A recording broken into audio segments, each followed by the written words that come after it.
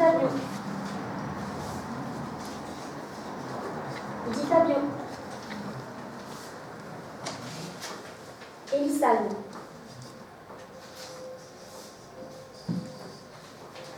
Elissalme.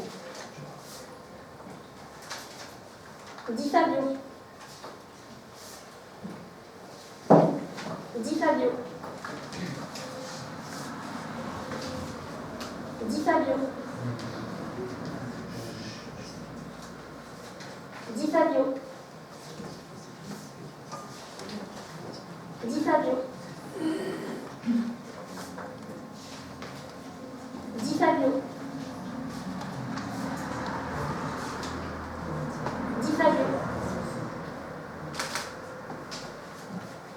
Elissalme. Di Fabio. Alors, le résultat. Fabio 12 et Elissalme 3. Alors, M. Di Fabio a obtenu 12 voix, donc la majorité absolue. M. Elissalme a obtenu 3 voix. Et il y a 3 personnes qui n'ont pas pris part au vote, qui sont de la liste d'opposition. Par conséquent, je proclame M. Di Fabio maire de la commune d'Aetz à compter de ce moment. Et je mets fin avec grand plaisir à mon rôle pour revenir de liberté de parole.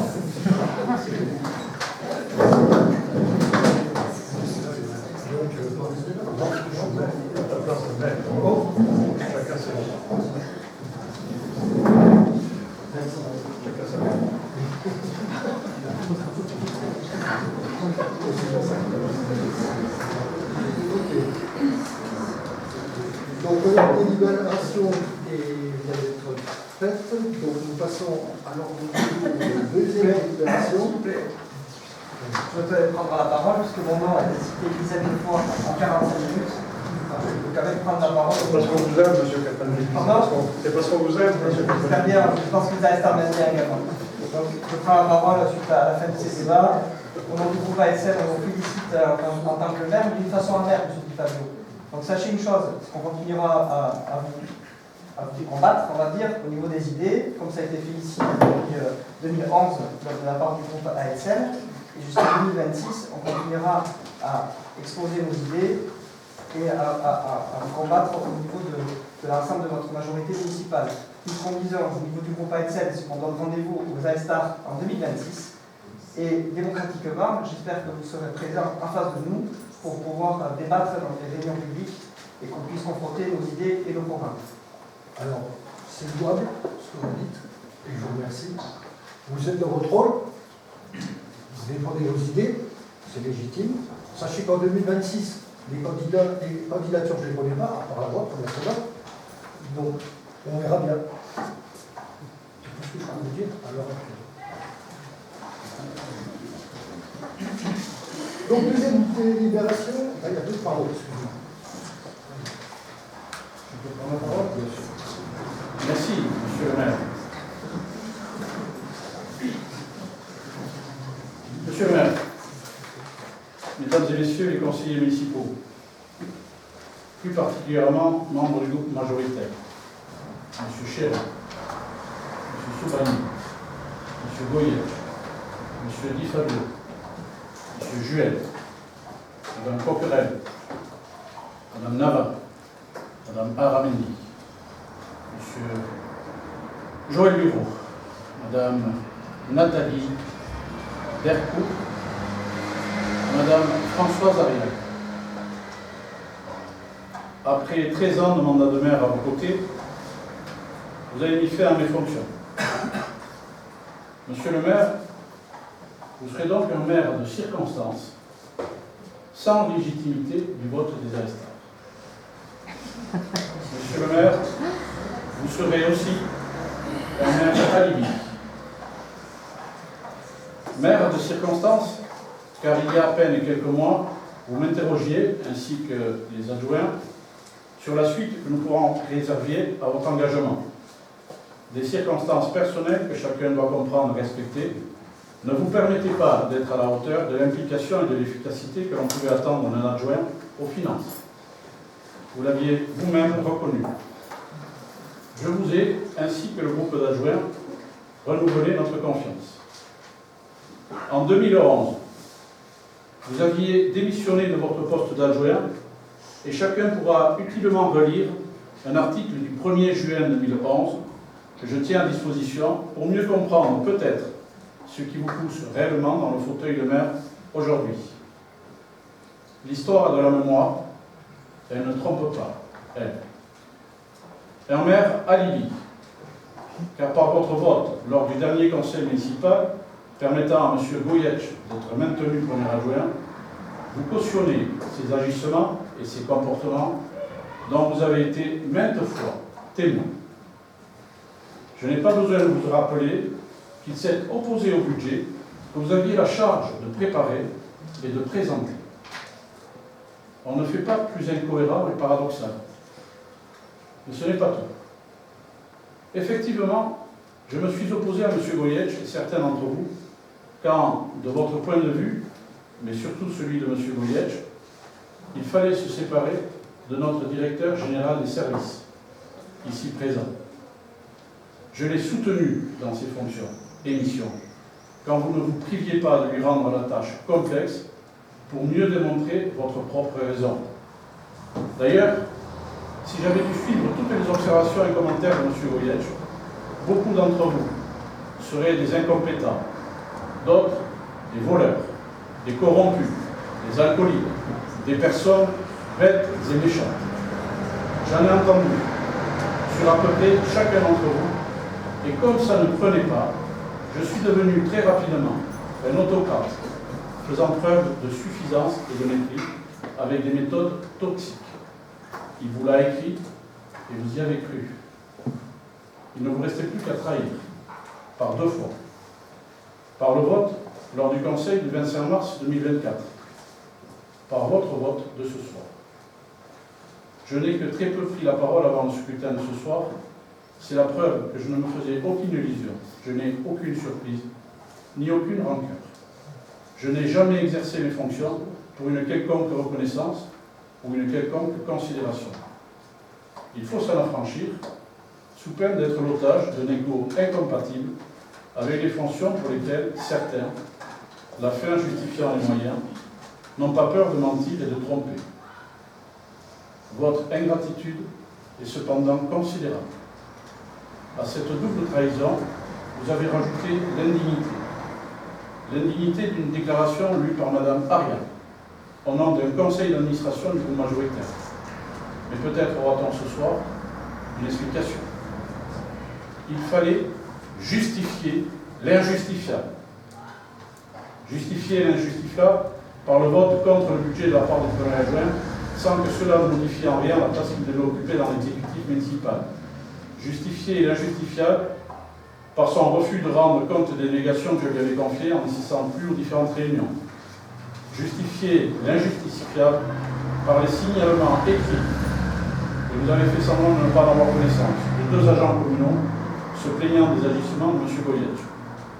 Vouloir justifier l'injustifiable, c'est devenir complice de ces agissements. Je ne vous suivrai pas. C'est l'honneur qui me reste. Vous n'avez pas d'excuses. Vous êtes des élus et vous devez agir en responsabilité, avec honnêteté, discernement, engagement.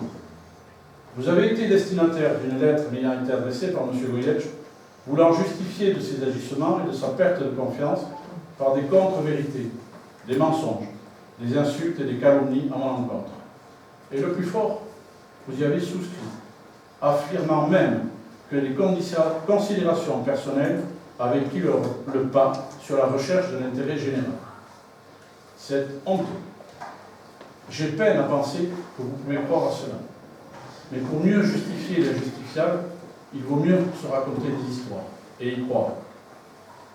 J'ai à votre disposition, puisque vous aviez aussi douté de leur existence, quand ce n'est pas de leur rédacteur, les lettres des 2 agents avec leur vision des faits. Vous n'y croirez pas. Ça ne vous arrange pas. Vous continuerez à vous raconter des histoires. Oui, vous avez trahi par 2 fois. Vous m'avez trahi. Mais le plus grave, c'est que vous êtes trahi vous-même. Peut-être sans vous en rendre compte, par aveuglement, par connivence et par lâcheté. Et c'est vous qui interprétez cela en affaire personnelle. Non, je ne vous laisserai pas dire que j'ai voulu faire passer un soi-disant intérêt particulier, un différend privé, au nom de l'intérêt général. C'est indigne. Vous vous êtes trahi, j'en suis convaincu, parce que les personnes avec qui j'ai eu l'honneur de travailler pendant ces 13 ans, pour les plus constants, avaient la noblesse de croire en des projets, une façon de les réaliser, une générosité et une humilité bien éloignées de la caricature des comportements que vous avez voulu justifier et de l'indignité avec laquelle vous l'avez exprimé. En cela, vous singez une ambiance et un contexte national dont vous auriez pu et dû épargner les AESTA. J'ai certainement eu la faiblesse de croire que nous avions bâti quelque chose de différent. Je me suis trompé, parce que vous m'avez trompé. C'est la vie. La Terre continuera de tourner autour du Soleil, comme je le signifiais dans ma lettre ouverte aux AESTA. Et ceux qui vous diront le contraire, il ne faudra pas les croire. J'aurais dû poursuivre par « ne les laissez pas faire ». Nous méritons mieux. J'assume entièrement tout ce qui a été fait. Le bilan est assez remarquable durant ces 13 ans de mandature. J'y ai pris ma part et nous avons été plus qu'un groupe, une équipe. J'en suis fier. Et en même temps, quel gâchis, quel triste fait. En avez-vous seulement conscience? Comment pouviez-vous, à 1 an et demi de nouvelles élections, dégrader tout ça, gâcher, à part peut-être, pour mieux justifier quelques dessins plus personnels? Vous avez mis de l'énergie, de la compétence, de l'enthousiasme, en partant d'une situation qui était très compliquée.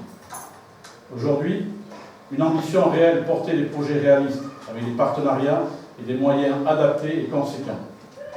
Tant mieux pour les AESTA. Nous venons d'apprendre les montants des subventions qui nous ont été attribuées. Ils sont d'un niveau que nous n'avions jamais atteint. Des articles dans des revues spécialisées donnent un exemple certaines de nos réalisations. Nombreux sont les AESTA qui m'ont signifié leur soutien et qui ne comprennent pas. Par ces quelques mots, j'apporte un éclairage qui vous gênera certainement, mais qui est factuel, qui est vérifiable, alors que vous avez douté de ma parole. Je veux les remercier sincèrement. Je veux remercier les AESTA de leur confiance. Je ne serai plus leur maître, personne n'est indispensable. Mais je resterai un conseiller attentif aux agissements et propos que vous tiendrez, car je sais maintenant que vous avez été capable du meilleur, mais que vous pouvez aussi bien mal vous comporter, bien mal agir. Sans rancune ni colère, car elles sont bien mauvaises conseillères, une et l'autre. Mais avec un regard qui se plantera dans le vôtre quand nous continuerons de nous croiser. Nous sommes un village. Vous ferez ce que vous pourrez, à défaut d'avoir fait ce que vous deviez. Il pourrait vous appartenir de retrouver une légitimité, une dignité, un honneur. En aurez-vous le courage? À bon entendeur. Faites pour le mieux, faites votre part. Certains, j'en suis sûr, comprendront le sens de ces paroles. Je vous remercie. On revient donc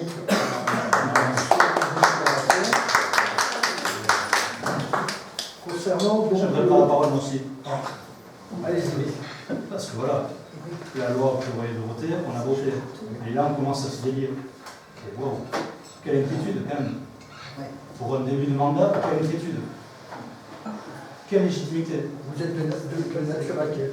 Ouais, pessimiste, je noircis sur le tableau.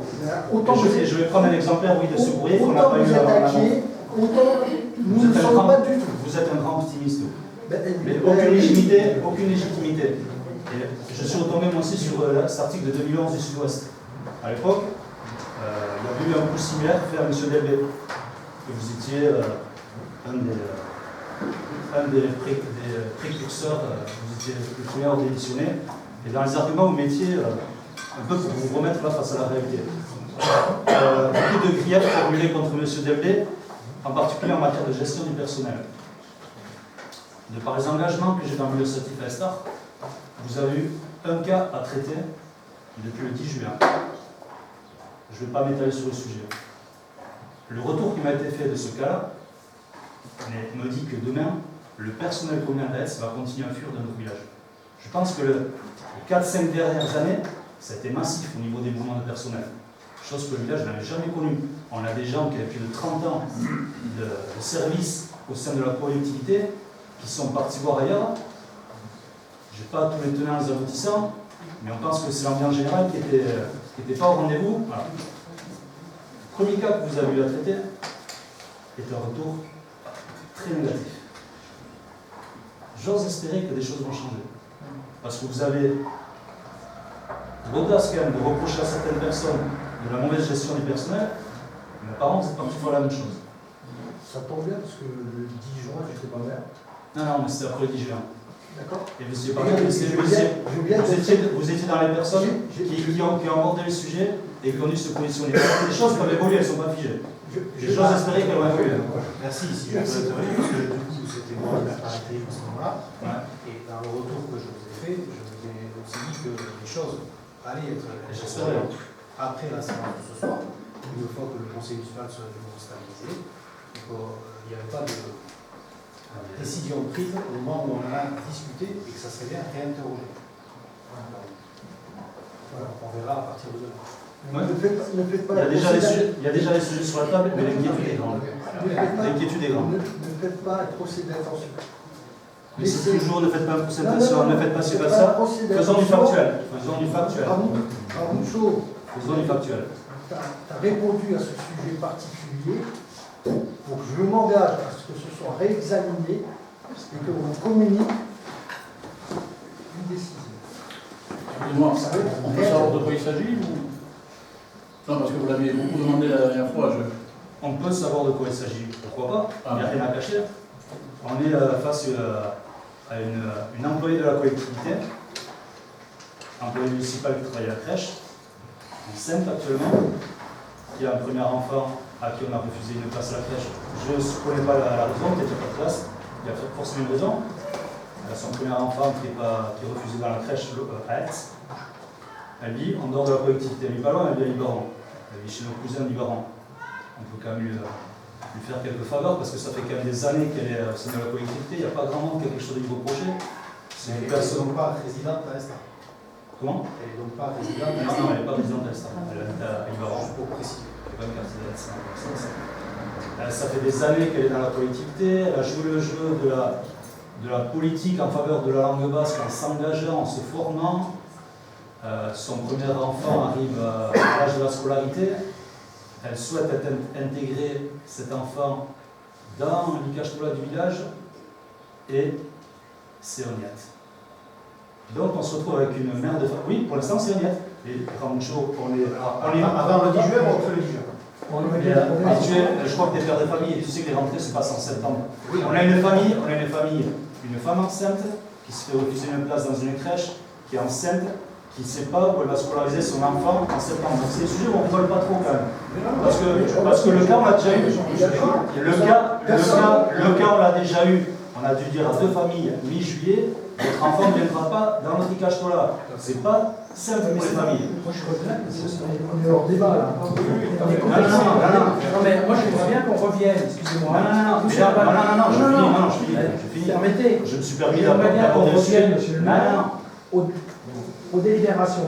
Après, si Pour vous avez des en choses à dire, finir, vous pourrez après. Je Ok, parlerai la parole après, je finis mon sujet. Non. Pour en finir, c'est Vous juste n'arrêtez que pas de prendre la parole. du personnel communal, eh bien, elle va peut-être se retrouver demain avec un refus pour scolariser son aîné et son deuxième, je parle.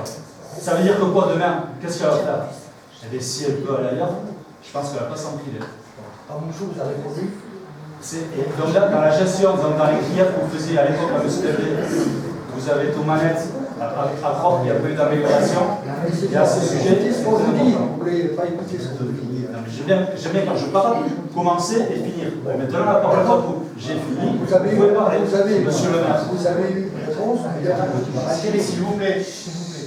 Vous avez eu une réponse, il me semble. Oui, non, mais parce qu'on me demande d'exposer le cas, on est sur du factuel. Ça D'accord. s'appelle la gestion du personnel. On en est là à Aix. C'est du factuel. C'est pas, j'invente pas. Donc je reviens. C'est pas la science-fiction. Il y a un jour du jour, donc si vous voulez bien. On peut continuer, mais j'avais quand même de le placer, c'est difficile de le placer. C'est fait. Et on vous a dit que ça serait bien examiné, et ça sera réexaminé. Alors, deuxième délibération consiste en fait à fixer le nombre d'adjoints au maire. Ce nombre d'adjoints est encadré par la loi.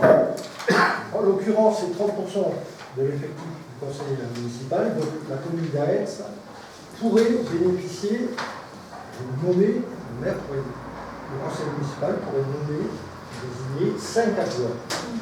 La proposition qui vous est faite sous le vote, c'est de donner au maire la possibilité de nommer un délégué sur 4 adjoints. Voilà. Est-ce que quelqu'un est contre avoir 4 adjoints au lieu de 5? Quelqu'un est-il contre? Donc, j'ai une question. Est-ce qu'il y aura un conseiller délégué ou un conseiller délégué? Ah, pardon. C'est ce que j'allais. Donc ça veut dire 4 plus 1. C'est 4 adjoints, parce que là on fixe le nombre d'adjoints. Oui, mais C'est faut 4. dire. Mais j'ai pas fini. Donc le vote, on ne vote pas pour les délégués, conseillers délégués, parce que les conseillers délégués, c'est un arrêté de délégation à un conseiller qui n'est pas de la compétence du conseil municipal. Donc le vote porte bien sur 4 adjoints, sachant que, je rajoute, lors de la délibération qui suit, il y aura donc un conseiller délégué, c'est juste la délibération qui suit, en plus. Pour éclaircir un peu l'assistance, lorsque vous élisez des adjoints, vous êtes obligé de respecter une parité. Homme, femme, homme, femme. Et si à un moment donné ça bug un peu, on fait 4 adjoints, et on fait un conseiller qui là, un conseiller peut être homme ou femme, il n'y a pas de parité. Voilà.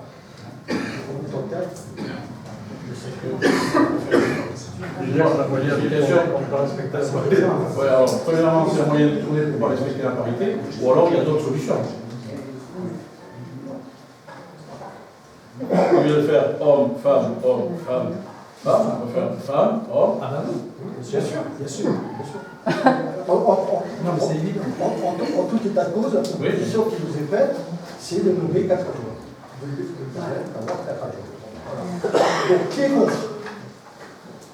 Oui, dans la continuité de la première délibération, le groupe ASN ne participera pas à ce vote. Je ne participe pas sur le vote. Du groupe ASN. Donc, qui s'abstient? Pardon, attendez deux petites secondes s'il vous plaît, le temps qu'on renote. Non-participation au vote du groupe ASN 3, des abstentions 2. 2. 2, M. Chéron, M. Lissade.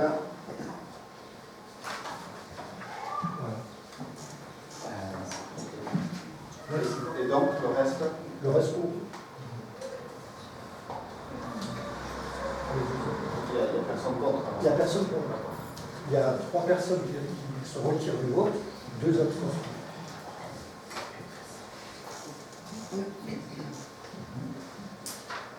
Troisième délibération. Donc, le conseil municipal a fixé, conformément à l'article L 2122 du Code général de collectivité, le nombre d'adjoints, en l'occurrence 4. En vertu de l'article L 2122 du Code général des collectivités, il y a lieu, pour quelque chose que ce soit à une nouvelle élection du maire, il est procédé à une nouvelle élection des adjoints.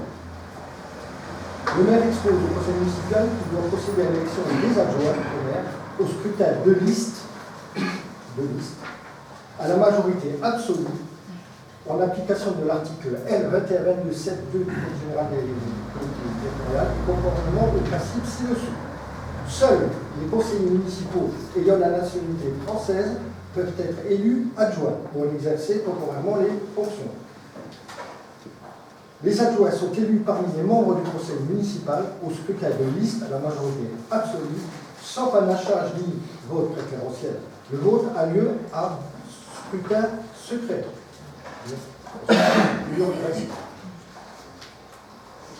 L'ordre de présentation de la liste des candidats aux fonctions d'adjoint n'est pas lié à l'ordre de la présentation des candidats à l'élection municipale et peut être donc différente. Les listes des candidats aux fonctions d'adjoint au maire doivent comporter au plus autant de conseillers municipaux que d'adjoints désignés. Aucune disposition n'interdit donc la présentation de listes incomplètes. Sur chacune des listes, l'écart entre le nombre total de candidats de chaque sexe ne peut être supérieur à 1. Les listes doivent donc comporter autant d'hommes que de femmes. En cas d'élection d'un nombre pair d'adjoints, l'alternance d'un candidat de chaque sexe n'est pas prévue pour les listes de candidats aux fonctions d'adjoint. Ainsi, aucune disposition n'impose que le maire et son premier adjoint soient de sexe différent. Lors du décompte des voix, ne peut être validé que les bulletins de vote conformes à la liste déposée, tant pour les noms des candidats que pour leur ordre de présentation. Il est donc proposé au conseil municipal de prendre acte de la candidature de liste. Je soumettrai donc au vote du conseil municipal une liste de 4 adjoints composée de M. Goyech, Mme Ariag, M. Saubanier et Mme Aramendi. Est-ce que d'autres personnes souhaitent déposer une liste?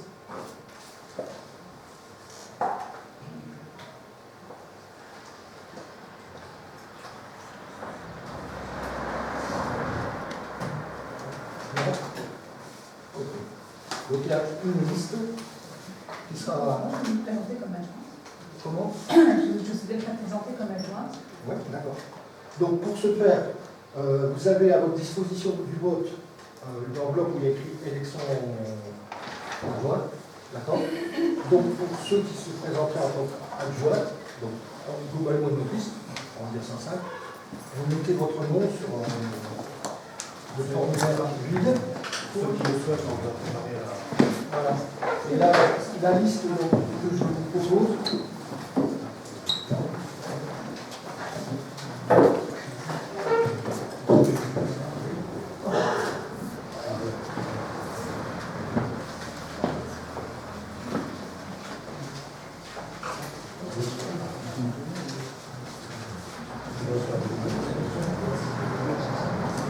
Excusez-moi. On est donc dans l'ordre des adjoints. Donc, c'est bien ce que je disais. Plutôt que d'avoir une conseillère déléguée, on aurait pu avoir une femme première adjointe. d'accord, c'est pas tellement pas le choix. Donc ça veut dire qu'il y a 4 adjoints, un délégué, une conseillère, mais qu'il aurait pu y avoir tout à fait 5 adjoints. Tout à fait.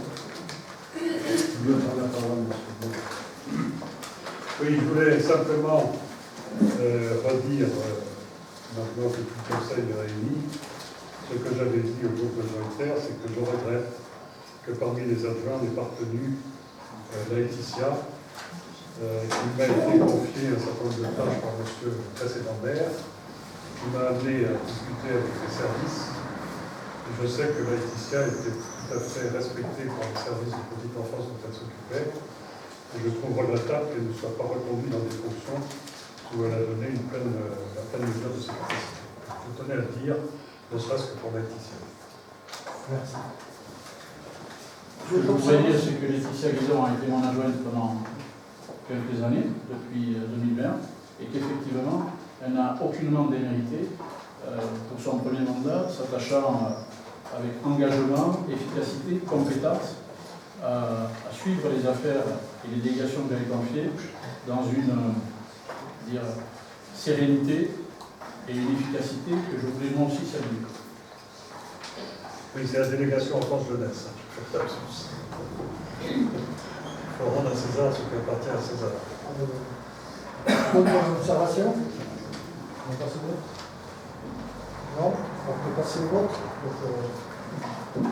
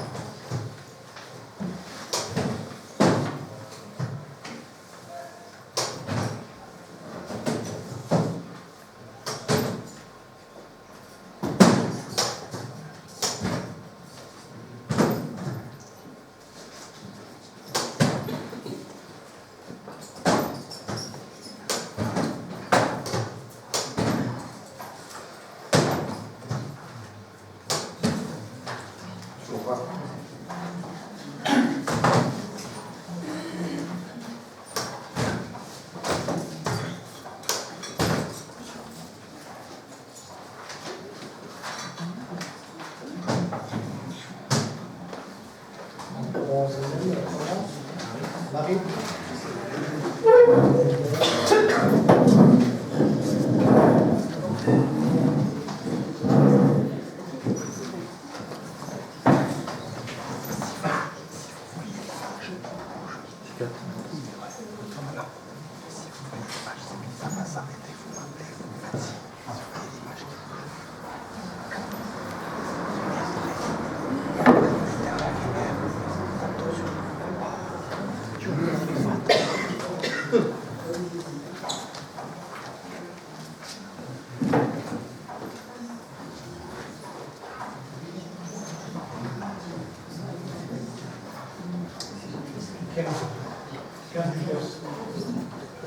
Oui, c'est bon.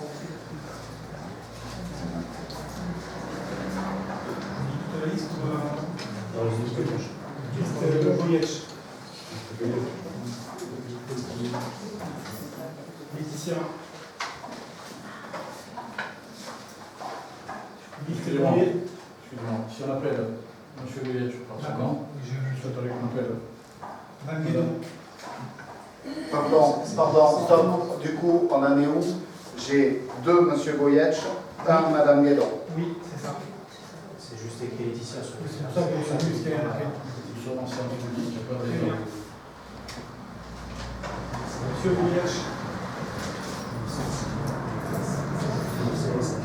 Monsieur Goyetch. Blanc.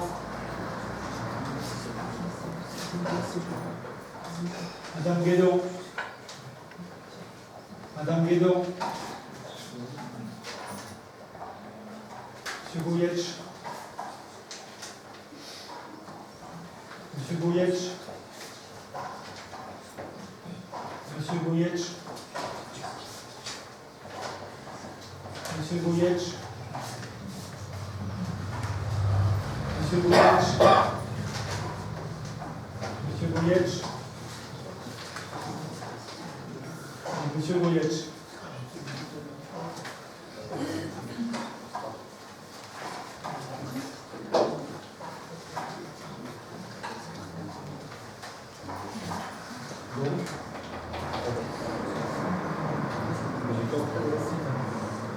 Donc, 10, 11 pour la liste de M. Goyetch, 3 pour la liste de Mme Guédon, et un bulletin blanc. Nous avons donc bien les 15 bulletins sans l'expression du groupe ASN représentés. Est-ce que je peux dire quelque chose? J'ai l'habitude de parler pendant les mariages parce que c'est beaucoup plus agréable, donc je viens m'exprimer ce soir. Donc, si je souhaite prendre la parole ce soir, c'est avant toute chose pour exprimer ma profonde gratitude envers les services communaux avec lesquels j'ai eu l'honneur de travailler pendant ces 4 années. 4 années qui m'ont permis d'apprendre et d'évoluer au sein de notre collectivité, tout en apportant mes compétences acquises dans le secteur privé.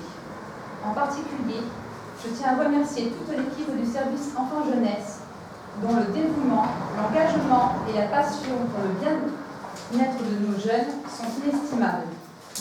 Ensemble, nous avons réorganisé ce service en intégrant des personnes qualifiées et motivées, aux compétences complémentaires, afin d'accueillir de façon optimale nos enfants, tout en participant à leur épanouissement, leur équilibre, le respect de soi et des autres. Comme vous le savez, j'ai apporté toute ma motivation, mon énergie et énormément de temps au détriment de ma vie professionnelle pour les délégations qui m'ont été confiées. Malgré cette bonne dynamique et toute ma bonne volonté depuis le début de ce mandat, j'ai été surprise et déçue d'être entraînée par une expérience aussi difficile de manœuvres internes et de déstabilisation et de calculs pseudo-politiques suite à l'annonce de la démission de notre maire, Philippe Elissal, qui, je le rappelle, a été élu en tête de liste du groupe majoritaire par les All-Stars pour une durée de 6 ans. Je ne pensais pas que les maux que connaît notre pays pourraient se manifester à l'échelle de notre village. Je suis surprise que notre nouveau maire ait mis en place un premier adjoint avant de voter contre, qui ait voté contre son budget. Je déplore les agissements d'une partie du groupe qui, selon moi, ont oublié que nous sommes simplement des conseillers municipaux et que leurs procédés ne sont pas très démocratiques. Je tiens particulièrement à remercier Philippe Essissal qui m'a fait confiance en m'intégrant dans le groupe. Merci d'avoir poussé ce groupe d'un petit village à réaliser de grands projets, mais surtout à concrétiser tous les projets annoncés lors des élections 2020. Soyons fiers de la rénovation de notre église, de notre place de la Brocante, où de nombreuses rencontres ont lieu pour partager de bons moments de convivialité. Pour y accéder en toute sécurité, nous avons aujourd'hui une voie douce. Nous aimons notre village et nous souhaitons y rester. Pour cela, d'autres projets ont été réalisés, comme l'agrandissement de notre cimetière, la création d'une bibliothèque, la mise en place de conférences et d'actions sociales. Nous souhaitons vivre ensemble dans notre village dans les meilleures conditions.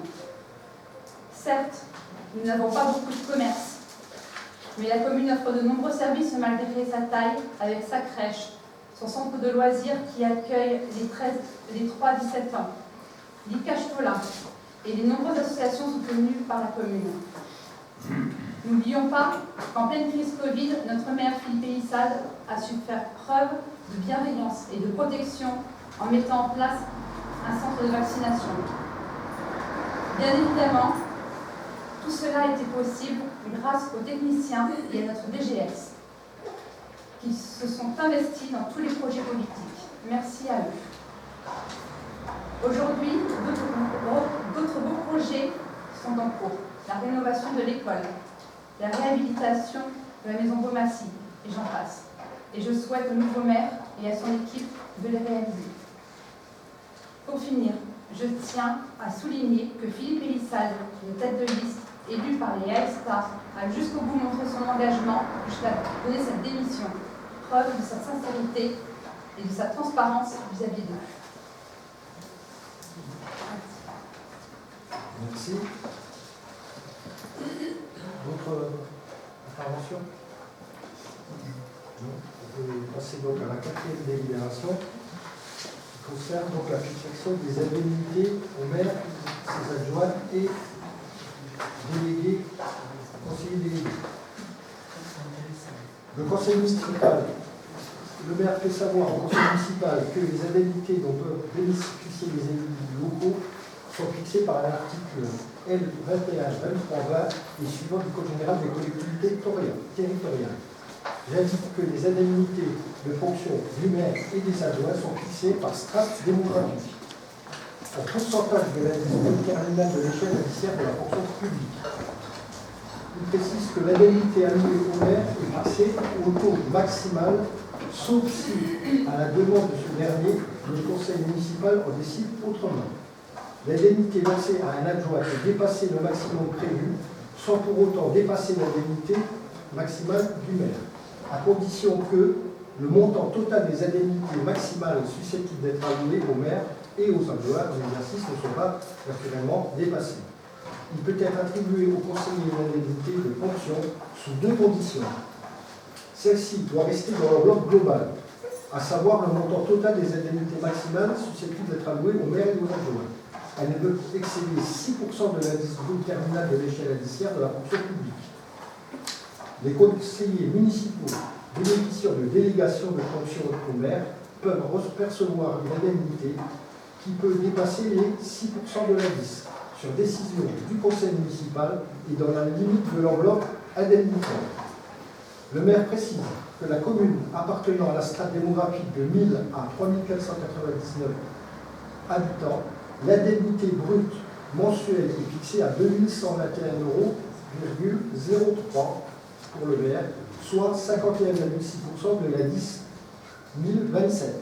Et l'indemnité brute maximale susceptible d'être accordée mensuellement aux adjoints est de 813,88 € pour chacun des adjoints, soit 19,8% de l'indice 1027. Le maire invite donc le conseil municipal à se prononcer sur l'application de ces dispositions et sur les modalités de répartition des crédits alloués aux adjoints. Je précise, ça c'est moi, je précise que je ne souhaite pas percevoir l'indemnité maximale. à laquelle j'ai droit et demande donc à l'Assemblée de m'octroyer 30% de l'indice brut 1027. Le conseil municipal ou l'exposé du maire, et après en avoir largement délibéré pour le faire, d'accord, considérant que le montant total des indemnités maximales susceptibles d'être allouées au maire et aux adjoints, considérant que la délégation conçoit par le maire et aux adjoints, considérant que le conseil municipal peut faire masse des indemnités pour les répartir entre les bénéficiaires qui aura désigné en tenant compte de leur charge de travail sans dépasser le montant total des indemnités susceptibles accordées au maire et aux adjoints, considérant la demande du maire de ne pas percevoir l'indemnité maximale à laquelle il a le droit, il est donc proposé au conseil municipal au vote pour attribuer des indemnités aux maires et aux adjoints, à savoir, je continuerai, tableau annexé, ça donne vraiment les sommes.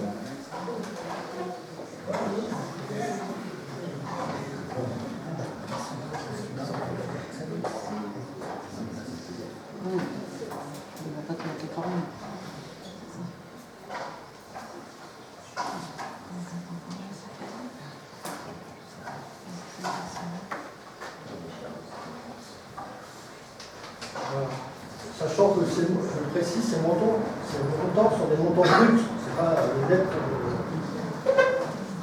que l'on perçoit. Donc ça fait un brut mensuel proposé pour monsieur le maire à 1233,16 pour le taux de 30% et pour les adjoints et le conseiller ou la conseillère déléguée qui sera nommé 762,91 €. En net, s'il faut le préciser, pour le maire c'est 1066 € et pour un adjoint 659,92 € net. Ça parle, le net parle mieux que le brut.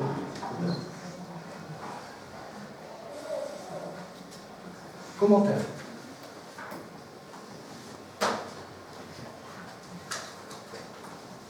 On peut passer au vote.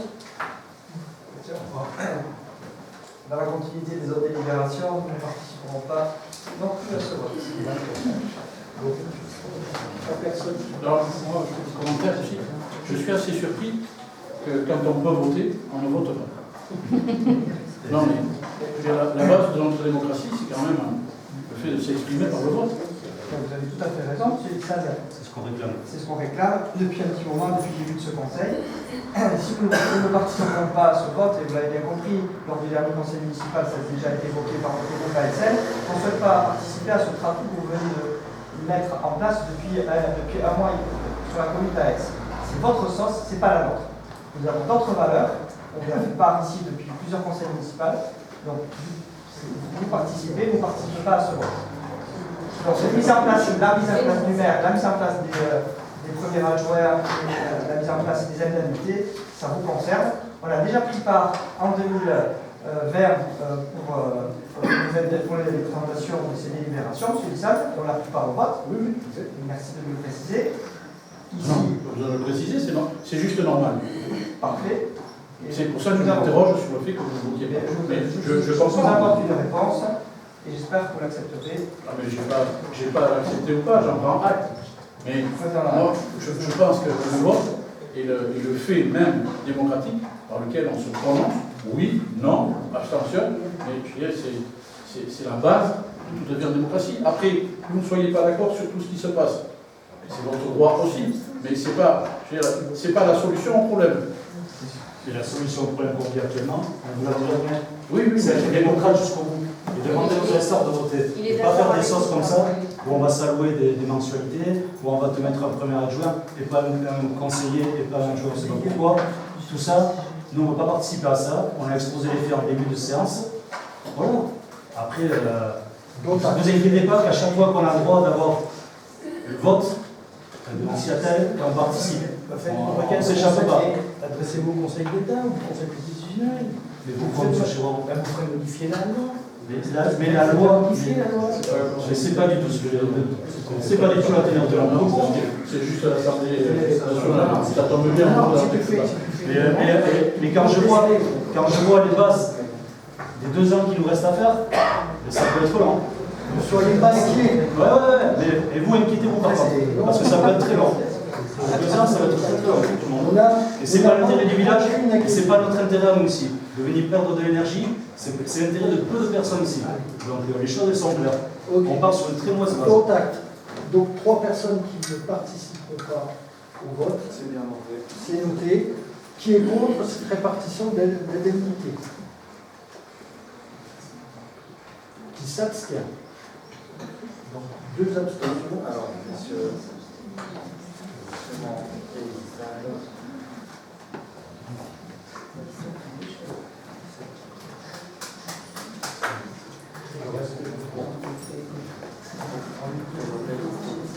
Pour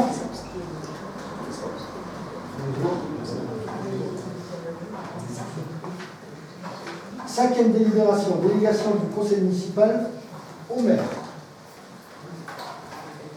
Donc le maire expose. Alors c'est très très long. Vous avez eu des délibérations en amont, j'espère, avec la liste de 28, je crois, délégations proposées. Est-ce qu'il faut les lire toutes? Ou est-ce que vous avez des observations sur certaines? Franchement, on va écourter le truc, et j'espère qu'il y a les experts qui prendront la parole en fin de séance, parce que le but c'est pas de... Non, mais votons ça, donnons la parole aux villageois, aux villageoises. Donc, pas perdre notre temps à tout lire, on fait l'intérêt pour moi. Je donne mon avis. Après, si quelqu'un veut qu'on lise, tu veux qu'on lise? Non. Allez, d'accord. est-ce qu'il y a un consensus pour le fait qu'on ne les liste pas? On a un consensus pour ne pas les lister toutes. Tous d'accord? On peut juste peut-être expliquer qu'en fait ça a été réactualisé suite aux dernières évolutions réglementaires.